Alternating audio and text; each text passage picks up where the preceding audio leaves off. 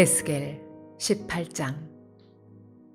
또 여호와의 말씀이 내게 임하여 이르시되, 너희가 이스라엘 땅에 관한 속담에 이르기를, 아버지가 신포도를 먹었으므로 그의 아들의 이가 시다고 함은 어찌 됨이냐. 주 여호와의 말씀이니라. 내가 나의 삶을 두고 맹세하노니 너희가 이스라엘 가운데에서 다시는 이 속담을 쓰지 못하게 되리라. 모든 영혼이 다 내게 속한지라. 아버지의 영혼이 내게 속함같이 그의 아들의 영혼도 내게 속하였나니 범죄하는 그 영혼은 죽으리라.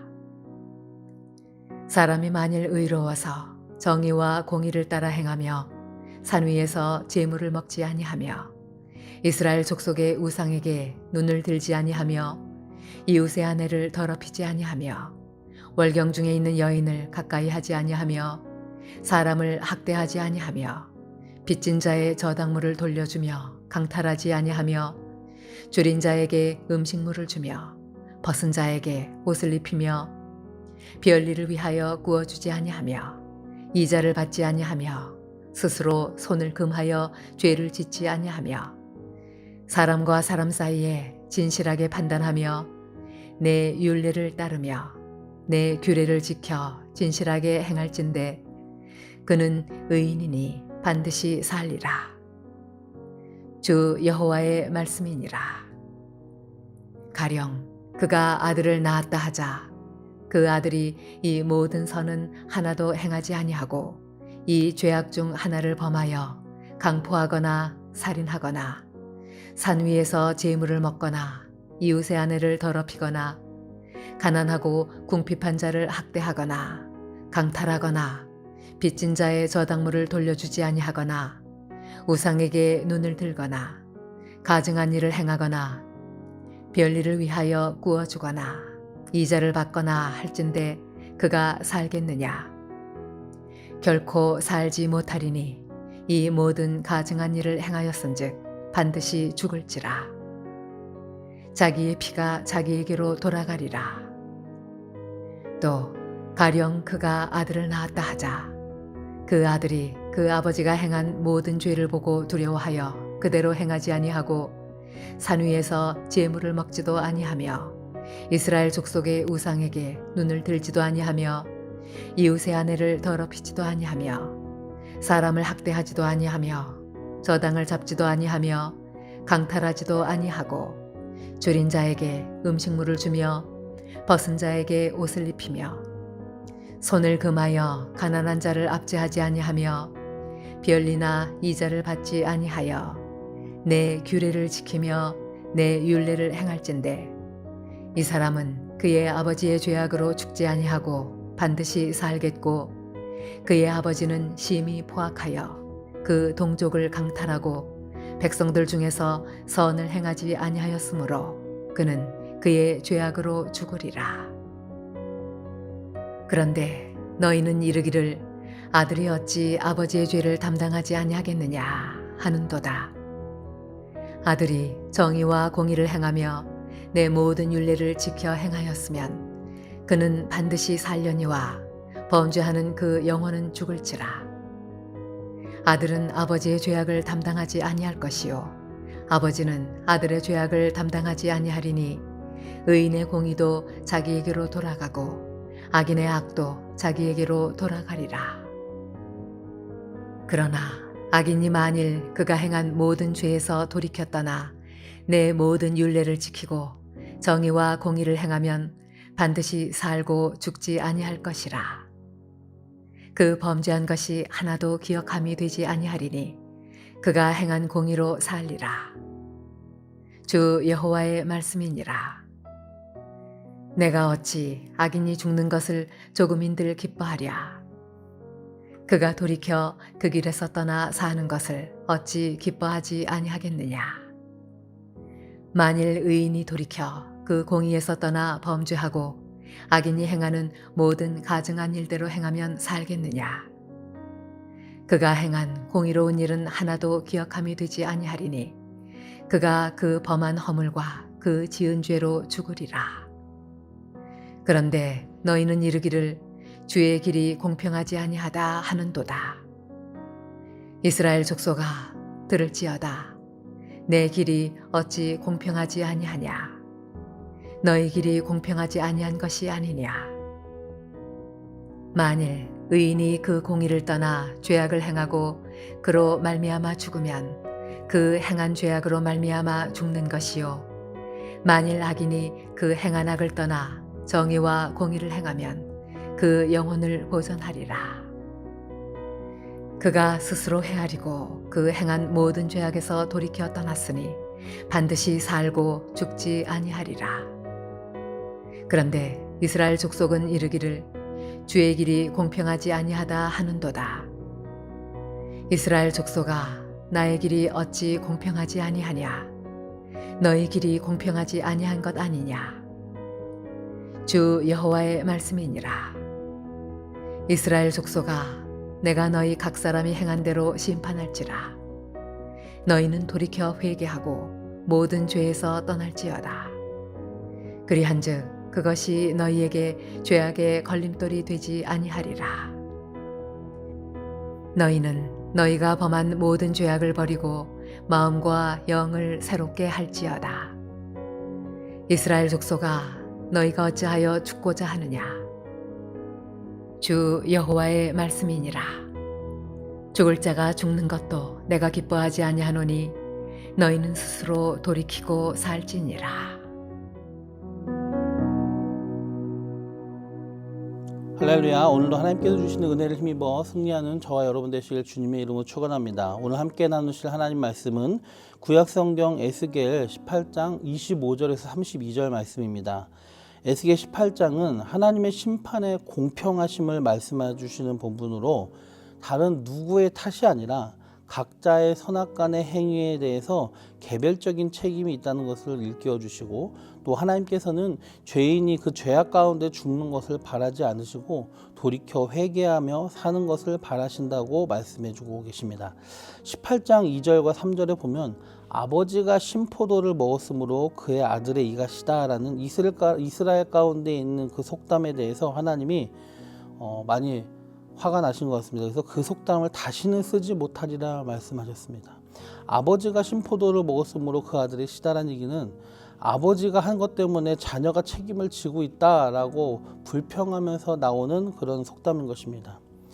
그 이스라엘은 이 속담을 말하면서 하나님이 공평하지 못하다고 말하는 것입니다. 자기들이 현재 당하는 이 심판과 고난, 징계는 조상들의 죄 때문이 아니냐. 왜 하나님은 조상들의 죄 때문에 죄 없는 후손인 우리를 심판하냐. 하나님은 공평하지 않다라고 불평을 하고 있는 것입니다. 그런데 하나님은 이것에 대해서 오히려 반문하시며 하나님은 공평한데 오히려 너희가 공평하지 않다고 말씀하십니다. 18장 전체에서 계속해서 각 사람은 자기 죄 때문에 심판을 받는 것이다. 그렇기 때문에 다른 사람, 특히 이스라엘의 주장처럼 조상 탓하는 것이 옳지 않다고 말씀하신 것입니다.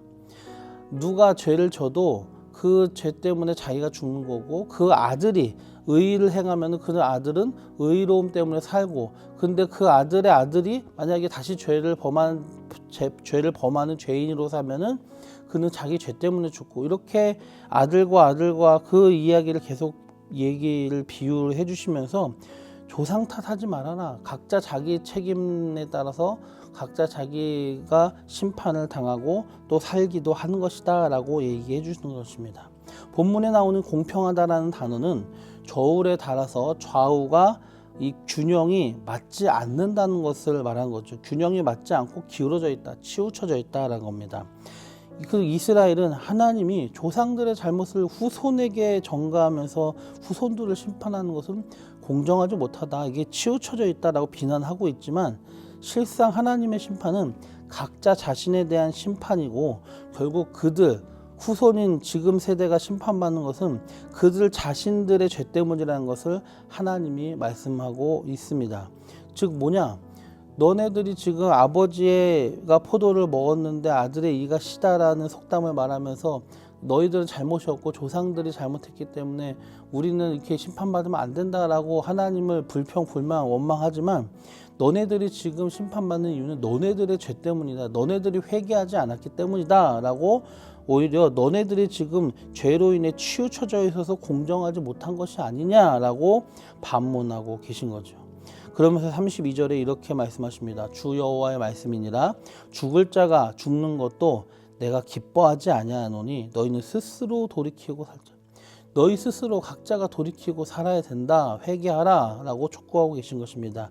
자기 잘못을 깨닫고 인정하고 회개하고 돌이켜서 심판이 아니라 사는 길로 가라라고 촉구하는 것입니다. 좀 거칠게 표현하자면 이겁니다. 정신 차리고 조상 탓, 남 탓하지 말고 너네 자신의 죄를 깨닫고 빨리 회개해라 이 말이죠. 오늘 말씀을 통해서 생각해 볼 교훈은 바로 그것입니다. 각 개인뿐만이 아니라 우리가 속한 공동체, 특히 이 나라 민족에 대한 하나님의 징계와 심판에 대해 우리는 기성세대, 조상 탓, 부모 탓하지 말라는 것입니다. 또 젊은 세대도 마찬가지죠. 젊은 세대도 어른 세대도 하나님 앞에 서로를 탓하지 말고 주님 내 탓입니다. 이 사회가 이렇게 망가져가는 게 어른들이 잘못한 것입니다. 또는 어른들은 젊은 세대가 정신 차리지 못해서입니다.